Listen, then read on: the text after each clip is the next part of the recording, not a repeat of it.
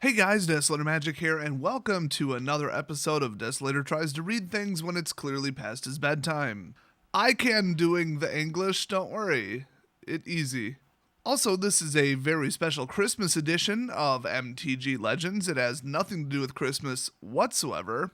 If I recall, this happened in June 2016 actually, but it's Christmas Eve and it's probably going to be Christmas by the time I'm editing this, so woo, Christmas episode. Maybe Santa will show up halfway through the video. I mean, like, he won't, but, you know, it's something to say. You're probably watching this in, like, September. Okay, so there's this dude named Jeff Hoogland. He played Magic for a long time, and he was, like, a pro player or whatever. And I guess he was, as far as I heard, I don't know if this is provable, the most popular MTG streamer on Twitch. He would stream MTGO a lot, and, well, he just up and quit. Now, some would say he just politely said he's not interested anymore, and other people would say he flipped the table and rage quit. I think something in between is the truth, but will we ever know? Well, not really, probably, because, you know, I think he still wants to be polite.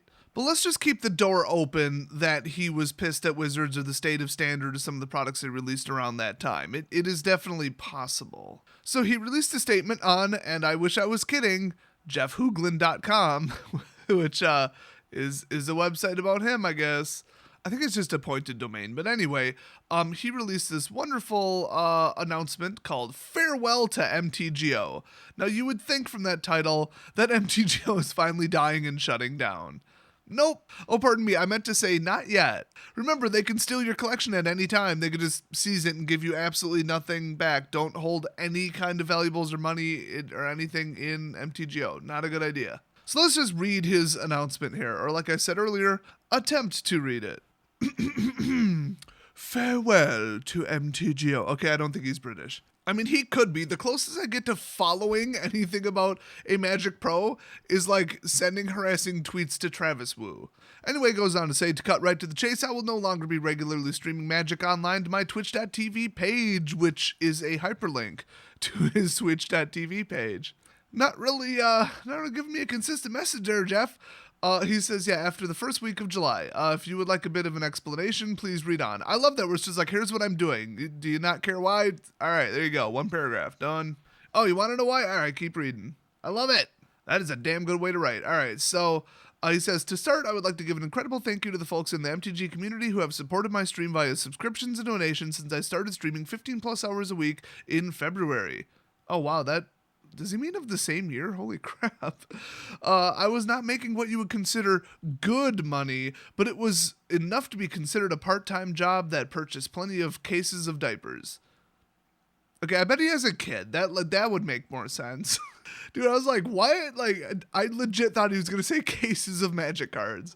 Or like ramen if he wanted to be like self-deprecating. Anyway, not bad for something I was going to be doing anyways because it was something I enjoyed doing. Wait, I don't get that logic. That seems like recursive. Whatever.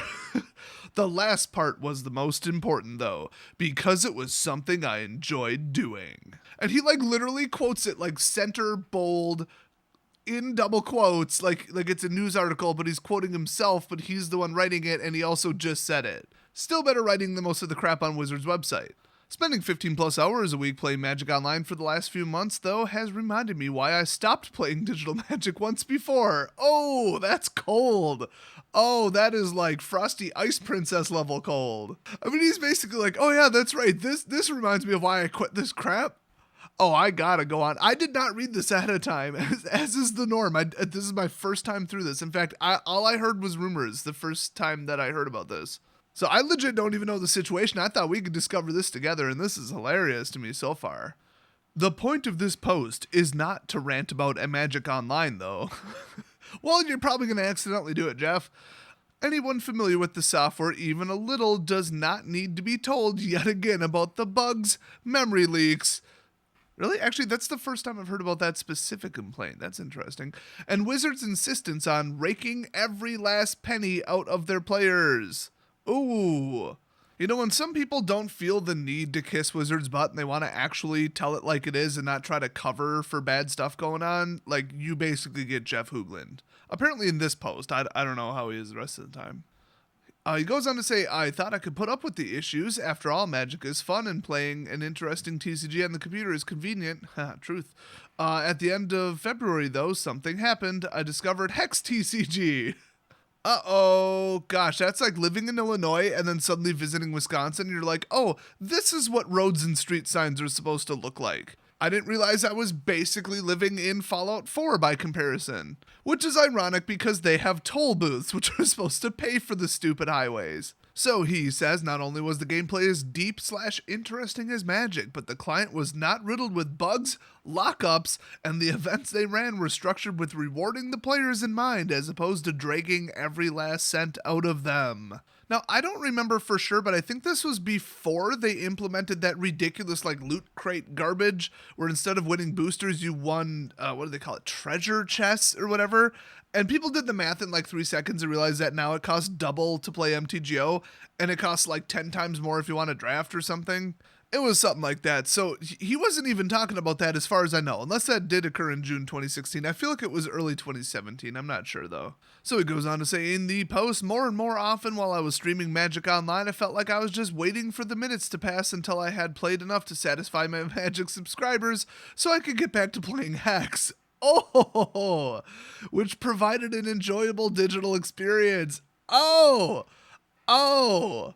damn. I mean, he's not just like, oh, screw the garbage developers, but he is like going hard on them. Have you guys ever met like a really polite racist where they're like they're phrasing things really intelligently, but what they're saying is like, oh my God. Like that's this post. Like he's trying to be like, these are the reasons I'm stating them politely, but he's like, oh my God, I could not bear to play MTGO. Like that's what he's saying. He's just like, this is terrible. I hated every second of it. Like he's not going that hard, but if you read between the lines, I mean, look at what he's saying. I mean, he's stating what the scenario was, and it wasn't good. I mean, he's basically in a roundabout way saying that Magic Online was not an enjoyable digital experience. So, whoa, can't wait to read the rest of this.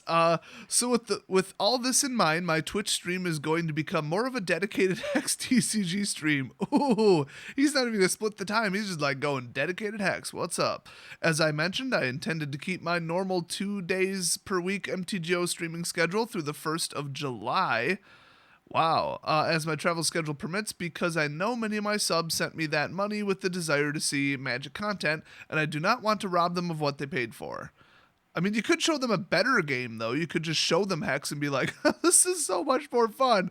I'm so happy. Finally, what I've been waiting for. I'd pay to see that. So then he says, after the first week of July, you will only see Magic content on my Twitch channel when it has been long enough for me to have forgotten how bad playing MTGO feels compared to a TCG built with digital in mind instead of digital as an afterthought. And might I personally add myself here, and not fixing it.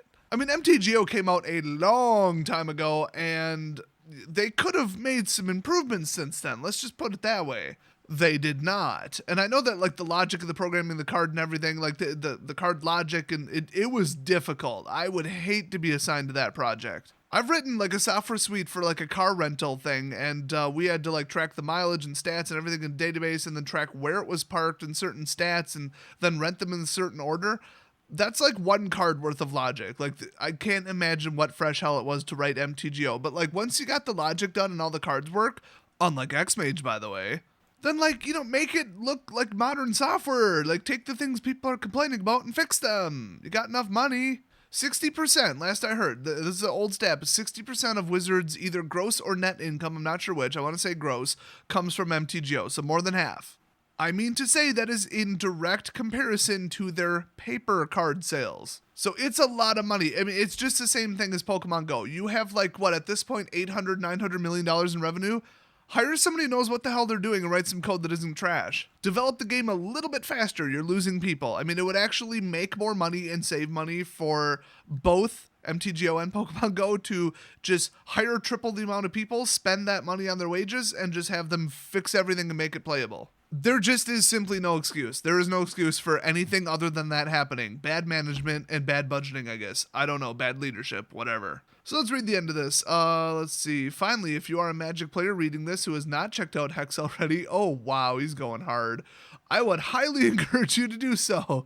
It is everything I have ever wanted in a digital TCG, and if you enjoy Magic, you will likely enjoy Hex a lot as well. He's not even just like, I'm leaving, it's a personal decision. He's like, and you should too. He's going full-blown Stephen Colbert.